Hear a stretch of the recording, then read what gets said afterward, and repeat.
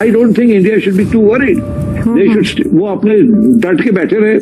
आज की खबर सिर्फ व्यापार का मुद्दा नहीं है, ये वैश्विक शक्ति संतुलन, भू राजनीति और भारत अमेरिका संबंधों की अगली दिशा तय करने वाला है। और खुद मुख्तारी की बात आती है तो नरेंद्र मोदी से बेहतर आपको इस पूरे निजाम के अंदर कोई नहीं मिलेगा।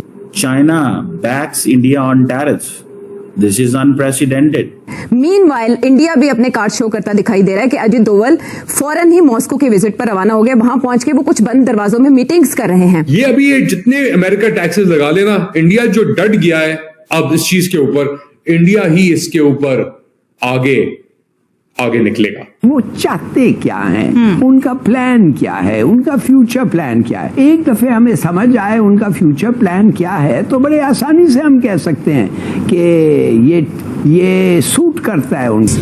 Prime Minister Narendra Modi received a phone call from the President of Brazil. The President of Brazil wants a joint statement from the BRICS Union of Nations on the Trump tariffs. Brazil के vice president जो हैं वो अक्टूबर में India आ रहे हैं। मगर India की खुद मुख्तारी जो है वो बिल्कुल चाइना की तरह ही है। और ये खुद मुख्तारी का अब जो मेरे ख्याल से बेस्ट रिप्रेजेंटेशन जो दी जा रही है मोदी सरकार की तरफ से, वो ट्रम्प की जो बुलिंग टैक्टिक्स हैं और टैरिफ्स हैं उसका मुकाबला करते हैं। कोई बात मानने के लिए तैयार नहीं है डोनाल्ड ट्रम्प की। पाकिस्तान में डॉलर का बढ़ता हुआ बहरान। जी हां, पाकिस्तान में डॉलर की कीमत काबू में नहीं आ रही। और फिर ये भी खबरें आ रही हैं कि कुछ चीजें इवन अमेरिका खरीद रहा है। मैं ये समझता हूं कि ये एक टेम्पररी फेज है। जिस दिन यूक्रेन में सेटलमेंट होती है बिटवीन पुतिन एंड ट्रम्प, उस दिन इंडिया से प्रेशर हट जाएगा। जिस तरीके से उसने अपनी खुद मुख्तारी दिखाई है, इकोनॉमिक इंडिपेंडेंस दिखाई है इस पूरे सिलसिले में।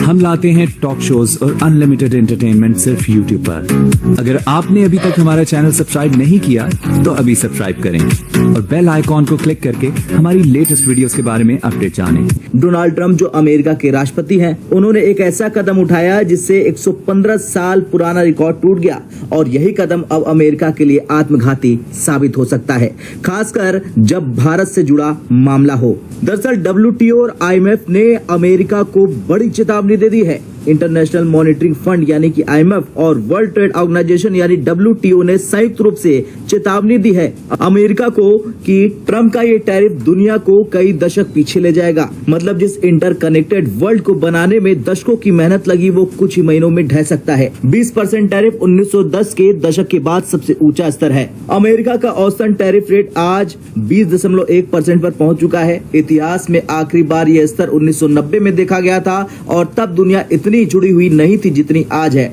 साल 2018 में ट्रम्प ने पहली बार चीन पर टैरिफ लगाए थे। औसत टैरिफ 3% से बढ़कर 9% पहुंच गया। बाइडेन ने कुछ कम किया, लेकिन 2025 में वापसी करते हुए ट्रम्प ने सीधे 50% तक के टैरिफ ठोक दिए। भारत, चीन, यूरोप किसी को नहीं छोड़ा। भारत का टेक्सटाइल सेक्टर पहले से ही 10% अमेरिकी टैरिफ झेल रहा था। ट्रम्प ने इसमें 50% और जोड़ दिया है, यानी अब 60%। स्टील, एल्यूमिनियम, इलेक्ट्रॉनिक्स सब पर भारी निवेश है। हाँ, चालाकी से फार्मास्यूटिकल और पेट्रोलियम प्रोडक्ट को पीछे छोड़ दिया क्योंकि अमेरिका को डर था कि वहां कीमतें बढ़ जाएगी। लेकिन सवाल यह है कि भारत क्यों चुप बैठ गया।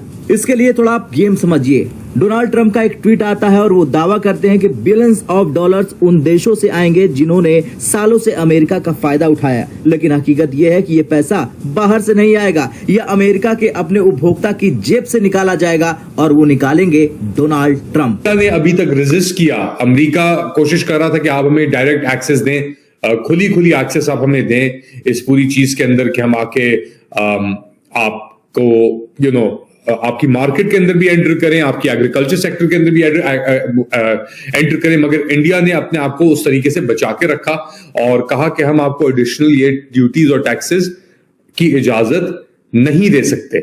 तो इसके बाद अब क्या होगा, जो भी आप बात कर लें, एक बात वाज़ेह है, नरेंद्र मोदी जैसा भी दुनिया के अंदर अपना पाकिस्तान से जैसे समझे या और दीगर ममालिक कैसे समझें, आप इल्जाम लगा दें नरेंद्र मोदी के ऊपर, यार उसने ये किया नहीं किया, मगर जब हिंदुस्तान की बात आती है और खुद मुख्तारी की बात आती है तो नरेंद्र मोदी से बेहतर आपको इस पूरे निजाम के अंदर कोई नहीं मिलेगा। चले सही है, इंडिया की इकोनॉमी चाइना की जितनी बड़ी नहीं है, मगर इंडिया की खुद मुख्तारी जो है वो बिल्कुल चाइना की तरह ही है।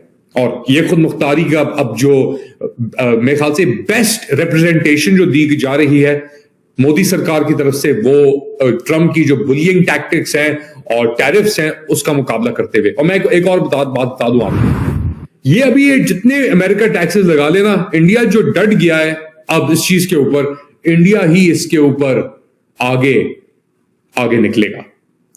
जीत हिंदुस्तान की ही होगी इस पूरी कश्मकश के अंदर, क्योंकि इंडिया की जो मार्केट है, आप 1.5 अरब लोगों की मार्केट है, उसको अमेरिका इतनी आसानी से हिला नहीं सकता, गिरा नहीं सकता। हाँ सही है, अमेरिकन कंपनीज हैं, उनको एक्सेस भी चाहिए, मगर हिंदुस्तान जो कर रहा है अभी, जिस तरीके से उसने अपनी खुद मुख्तारी दिखाई है, इकोनॉमिक इंडिपेंडेंस दिखाई है इस पूरे सिलसिले में, मरहले के अंदर, नो डाउट अबाउट इट। तो मैं ये सोच रहा था कि चाइना के बारे में क्या करेंगे फिर वो, क्योंकि चाइना सबसे बड़ा खरीदार है रशियन पेट्रोलियम का, क्रूड ऑयल का। तो उनका जो है वो 60 अरब का तकरीबन वो खरीदते हैं, 60 अरब से भी ज्यादा का क्रूड ऑयल रशिया से। और इंडिया जो खरीदता है वो 48 बिलियन डॉलर्स का है, और ईयू जो है, यूरोपियन यूनियन, वो 10 अरब 10 बिलियन डॉलर्स का खरीदते हैं। तो क्या फिर रशिया चाइना पे भी उसी तरह से वो रिएक्ट करेंगे, ईयू पे भी उसी तरह करेंगे? और फिर ये भी खबरें आ रही हैं कि कुछ चीजें इवन अमेरिका खरीद रहा है, जो इंडिया की जो स्टेटमेंट थी 2 दिन पहले की। तो प्रेसिडेंट से जब पूछा गया, प्रेसिडेंट ट्रंप से, तो उसने कहा मुझे नहीं पता कि हम ये चीजें यूरेनियम और ये ले रहे हैं रशिया से। तो इसका मतलब यह है कि he has not done his homework properly. तो और चूंकि उनकी तबीयत ऐसी है डिक्टेटोरियल, तो शायद उनका स्टाफ भी जरूरत नहीं करता उनको समझाने की, उनको करेक्ट करने की। तो डेमोक्रेटिकली इलेक्टेड लीडर्स का तो ये फायदा होता है कि वो अपने स्टाफ की बात सुनते हैं, they like to be properly brief. तो ट्रंप जरा वक्री टाइप के लीडर हैं, तो वो मेरा ख्याल है कि ब्रीफिंग्स और इस तरह की चीजों पे ज्यादा यकीन नहीं रखते और अपनी मर्जी ही करते हैं, और उससे चाहे मुल्क को जितना भी नुकसान हो, they don't give a dam.